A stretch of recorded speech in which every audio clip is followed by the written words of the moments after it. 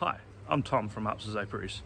Join me on this journey as I take you through some basic beekeeping tips.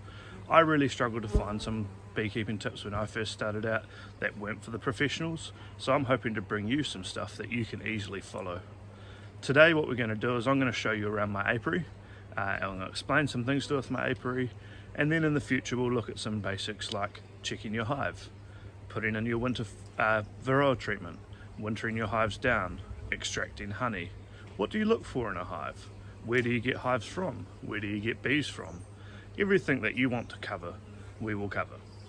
So join me today as we take a look around the apiary.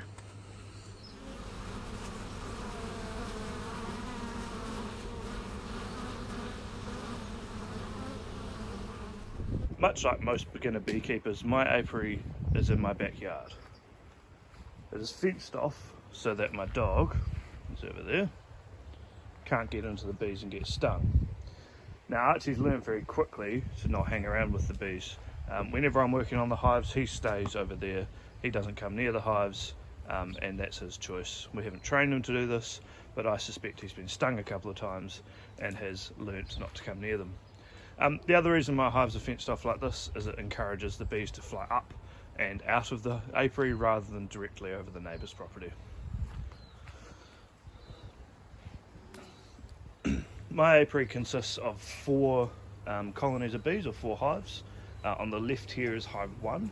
Now hive 1 has an original hive doctor base, which as you can see there has 3 discs, if you can see amongst the bees, that we can open and close to give the bees more of a chance to get in. For those that don't know, the main difference between the 2 bases, as you can see here, the new hive doctor's got 3 discs on the front, whereas the old hive doctor's got 1 disc you can push back to reduce the entrance, and it's got 3 landing boards on the front there for the bees.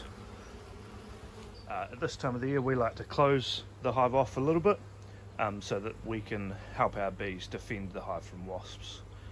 Hive 1 and hive 2 both have 2 brood boxes on them. Hive 1 on the left has a honey box still on it that we're yet to take off for winter, and hive 2 is all ready for winter with its top feeder on. Through that top feeder we can give the bees sugar syrup so that they can create honey stores to get through the winter. As we swing around we can see that we have hive 3 here, and hive 4 is the yellow hive. Now hive 4 is a bit different from the others, as we brought this as a complete hive. We brought it off of a bloke in Little River, whereas the other 3 hives we brought as a little 5-frame hive known as a nucleus. Now if we spin back to these 2 hives, you can see I've got a number on the front of hive 2 there. That is my hive number, or my apiary number, sorry. So every beekeeper in New Zealand has to be registered and have their apiary number in their apiary. Okay, not every box has to be numbered, you just have to have your apiary number on hives in your apiary. The other thing a lot of people do is they put a sign up on the edge of their apiary with their hive number. As we move forward in this series, we're going to get into the hives and we're going to look into the hives and we're going to actually see the bees working. But as you can see, we've got a relatively cold morning this morning, and these bees are already starting to work the nectar quite well. Actually we can see in here, it's just fallen down, there's a bee there dragging a dead bee out of the hive, which is really interesting. Well, that's it for the first episode. I hope you enjoyed watching it. I know it wasn't the most interesting episode and we didn't even get into the hives, but I find it really interesting to look at what other people's apiaries look like so that I can have an idea of how I can set my next one up. For our apiary, all we've used is an old coffee table with a bit of plant on top of it, a planter box, and an old fish tank holder to hold our hives off the ground.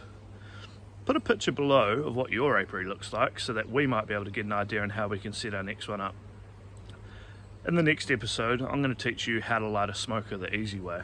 And then we're going to move forward with topics that maybe you want to cover. So if there's anything in particular, comment below and I'll do my best to cover it. Have a good day, everyone.